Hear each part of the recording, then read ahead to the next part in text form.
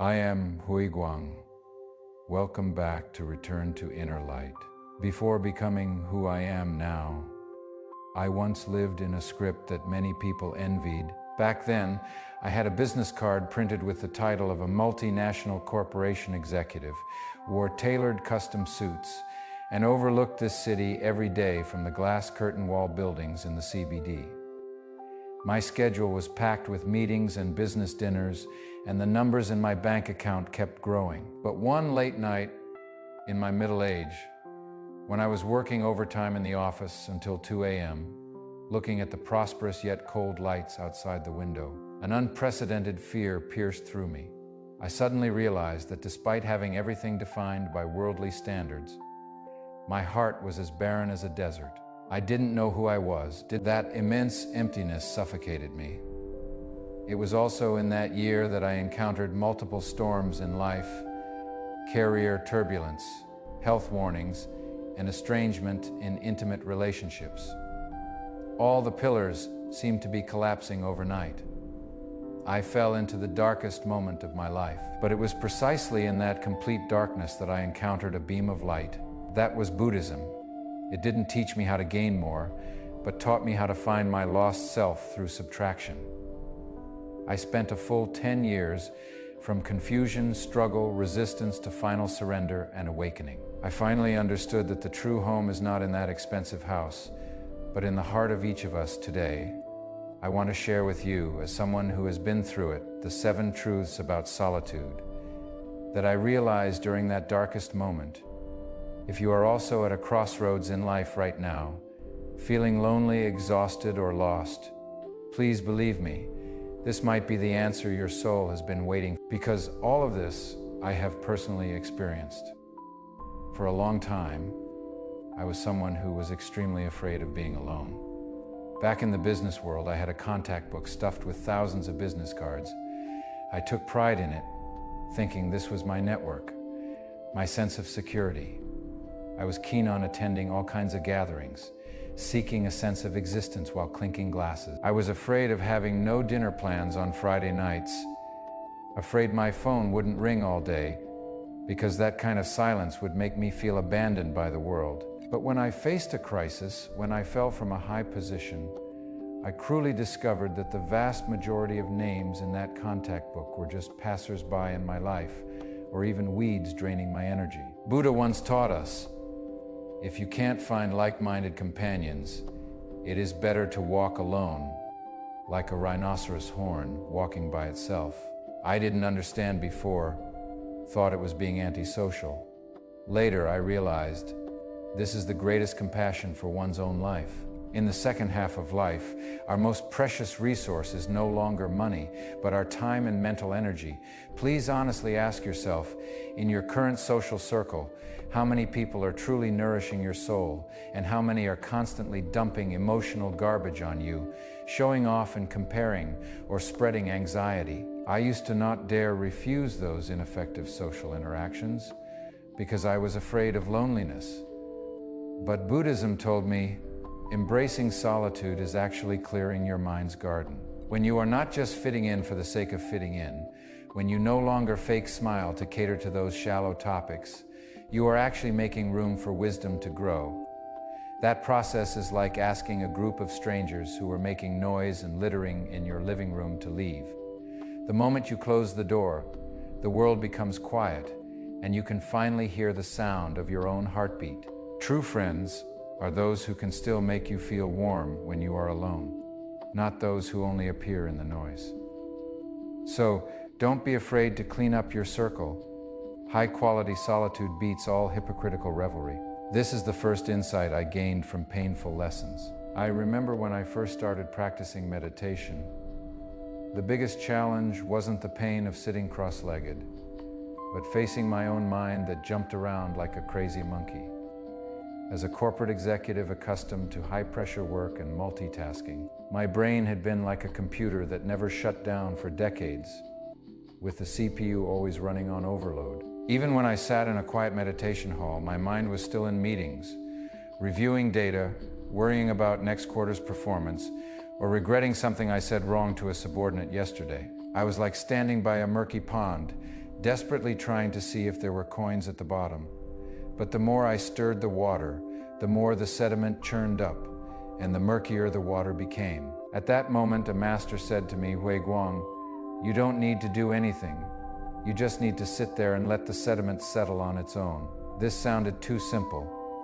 So simple that it left someone like me who was used to solving problems feeling lost. But through the practice of solitude, I slowly learned the art of stillness. When you cut off the input of external information, stop scrolling your phone, stop watching the news, stop escaping through busyness, you have no choice but to face the chaos within yourself. This is very painful at first. You'll feel bored, anxious, even panicked. But trust me, as long as you persist in sitting there for a while, a miracle will happen. Those churning thoughts will slowly settle like dust. You'll suddenly gain an unprecedented sense of clarity. You'll see the root of your anxiety clearly. Maybe it is the fear of aging. Maybe it is the unwillingness to lose power. This kind of clear introspection is something no psychological counseling or expensive course can give you. Only in front of this mirror of solitude, after the sediment has settled, can you see your true self. That kind of peace isn't stagnant water, but a clarity full of vitality, like the sky after rain in countless solitary mornings. I finally found that long-lost lucidity, free from the world's grip. This is the greatest treasure of my life. Many people my age, especially after the kids leave for college or after retiring from work, fear most facing an empty house. I remember when I first got divorced, coming home every day after work to that house of several hundred square meters. That deathly silence made me feel suffocated. I felt like that house was a giant black hole devouring my life force. I'd turn on the television, letting the sound fill the room, or keep calling friends, trying to fill that emptiness. Back then, I equated being alone with being forgotten, with desolation. But in the wisdom of Buddhism, emptiness doesn't mean there is nothing there. It is filled with infinite possibilities. Like a cup, only when it is empty can it hold sweet tea. I started trying to shift my perspective, no longer seeing that empty house as a prison of loneliness, but as my place of practice, the sanctuary of my soul. In this space, I am the only king. I don't have to play anyone's husband, anyone's father, or anyone's boss. I can wear my most comfortable old clothes and wander freely around the living room. I can spend 2 hours slowly cooking a meal just to please my own taste buds. I can pick up the paintbrush I'd set aside in my busy youth and splash my moods onto the canvas. When I stopped fighting that emptiness and embraced it, instead, the fear disappeared, replaced by a profound freedom. I began to enjoy that time where I didn't need to explain myself to anyone, didn't need to tend to anyone's emotions. I discovered that drinking tea alone, the tea tastes richer. Reading alone, you get more absorbed. Turn your empty house into your sanctuary. In that space, you are not lonely. You are complete. You are meeting your most authentic self. In the values of the first half of my life, happiness was conditional and came at a steep price. I believed happiness equaled getting promoted and a raise, equaled getting a better car, equaled my kid getting into an Ivy League school. I was like a beggar holding a golden rice bowl, yet begging for spare change from others on the roadside. I desperately grasped outward, thinking the more I grabbed, the happier I'd be. But the reality was, all that happiness was like soap bubbles, fleeting in an instant, and always accompanied by even greater anxiety, terrified of losing it. It wasn't until I began practicing Buddhism, began truly being alone, that I was shocked to discover that real joy doesn't cost a single cent, nor does it need anyone's approval. It is hidden right in our own hearts, what Buddhism calls our true nature. Once, I was walking alone in the mountains, without my phone, without any purpose, just walking. Suddenly, a gust of wind blew through the forest, the leaves rustling in that instant. I felt an immense, indescribable joy surge through my heart, tears streaming down uncontrollably. In that moment, I possessed nothing, but I felt like I possessed the entire universe. That joy was peaceful, was profound, It came from the fullness of life itself, from my deep connection with the present moment. I realized this was the light I had been searching for all along. It didn't depend on my title, didn't depend on my savings. It had always been there. I was just too busy, too noisy before, and overlooked it through solitude. We pull back the hand that was searching outward for happiness and gently place it on our own heart. You'll discover that you are already complete. You don't need to prove your worth by buying luxury goods, nor do you need others' applause to prove your existence. You just need to quiet down, return to the present moment, and that light will naturally ignite. That is life's most original essence, an inexhaustible source of happiness. Before his death, the Buddha left his disciples a resounding statement. He said, "Be your own island, be your own refuge. Do not take refuge in others." This statement became my lifeline when I encountered my midlife crisis. Our generation was educated from childhood to rely on the collective, rely on our work unit, rely on family. We placed our sense of security in various relationships. We thought that as long as we did well enough, others would love us forever, and our workplace would always need us. But impermanence is the norm of life. The person who once promised to love me for life left. The company I fought for 20 years might no longer need me because of a merger. Parents will grow old. Children will fly away if we build the foundation of our lives on others. Then any slight disturbance will trigger an earthquake in our hearts. Relying on others is essentially a gamble destined to lose. And solitude is the best training ground for cultivating the ability to rely on oneself. When I started facing life's storms alone, fixing broken pipes alone, going to the hospital alone, digesting late-night breakdowns alone, I found that a hard muscle grew in my heart. It is called psychological resilience. I realized that I actually can do it, that no matter who leaves, I can survive and I can live well. This doesn't mean we should become cold and withdrawn, rejecting all help. It means we have truly stood up spiritually. We no longer cling to others like vines to absorb nutrients. We have become a tree. What this independence brings me is a deep confidence and composure. When I stopped seeking security from outside, my relationships actually improved, because I was no longer an emotional vampire. I was full of energy myself and could even provide shade for others. In solitude, you learn to be your own parent, your own best friend. You know that, as long as you still have breath, you are your own most solid support. I used to be my own harshest critic. During my years as an executive, there was a tyrant living in my head. Whenever I made a small mistake or failed to meet expected goals, that voice would jump out to blame me. "You are so useless. This is all you'll ever amount to. You've ruined everything." This kind of self-attack becomes especially piercing when alone, because without the noise of the outside world to cover it up, that critical voice gets amplified infinitely. This is also why many people don't dare to be alone, because they don't dare to face that terrible version of themselves. Buddhism teaches us to be compassionate toward all beings, but I've found that the person we find hardest to be compassionate toward is often ourselves. We can forgive our friends' mistakes, yet we can't forgive our own imperfections. In my practice, I learned to make peace with myself in solitude. It is a process of tears and also a process of healing. When those regretful memories surface, I no longer whip myself harshly like I used to. Instead, I try to gently embrace that past self, like comforting a wounded child. I say to myself, "Huiguang, yes, you made mistakes. You once hurt others out of ignorance and hurt yourself too. But that was because your wisdom wasn't enough at the time. You did your best. I forgive you." When I look at the face in the mirror that is no longer young, covered with wrinkles, and at my slightly protruding belly, I no longer feel disgust, but gratitude. This body has accompanied me through half a lifetime of storms.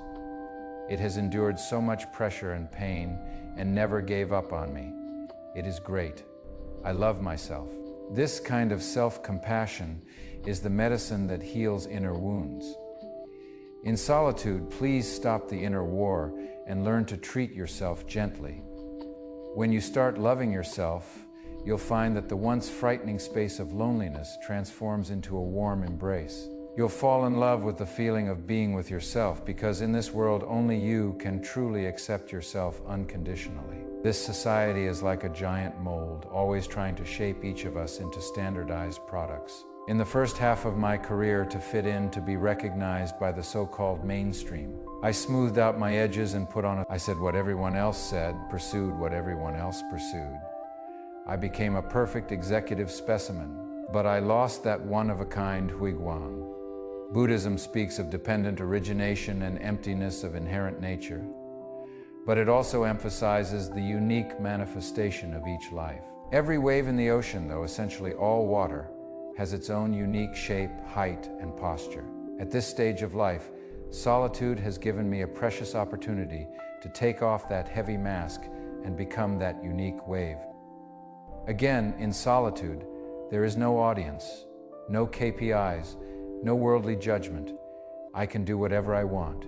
Even if it seems I can wear unfashionable but comfortable cotton and linen clothes. I can listen to those unpopular old songs and sing them out loud. I can spend an entire day studying the structure of a flower. This authenticity makes me feel more relaxed than ever before.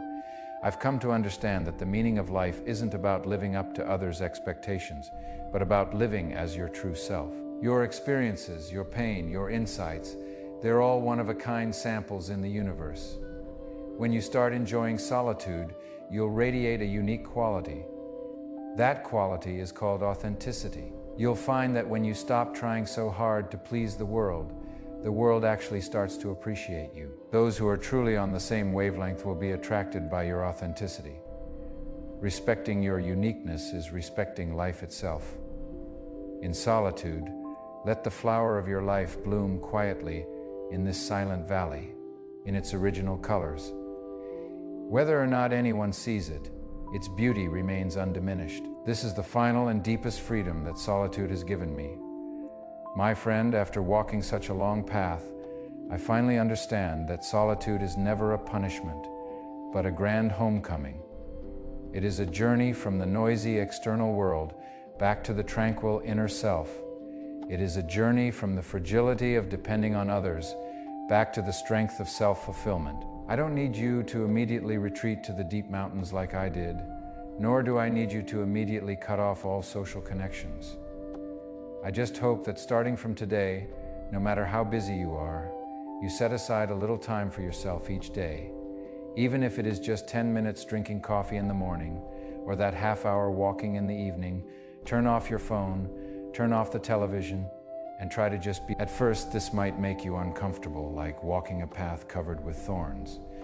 You'll want to escape, want to return to the familiar hustle and bustle.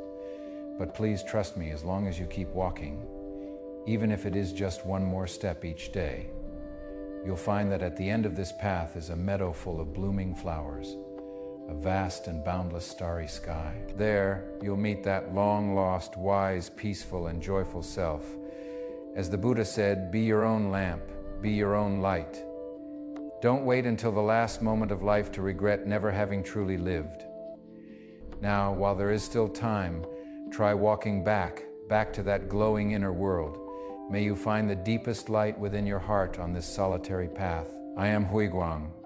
If you found even a trace of peace in today's sharing, or saw your own reflection, please leave a lotus emoji in the comments, or tell me how you get along with yourself in solitude. Every share of yours could become a beam of light, illuminating others. Don't forget to subscribe to our channel. Let us, on the path of spiritual practice, though walking alone, accompany each other in spirit.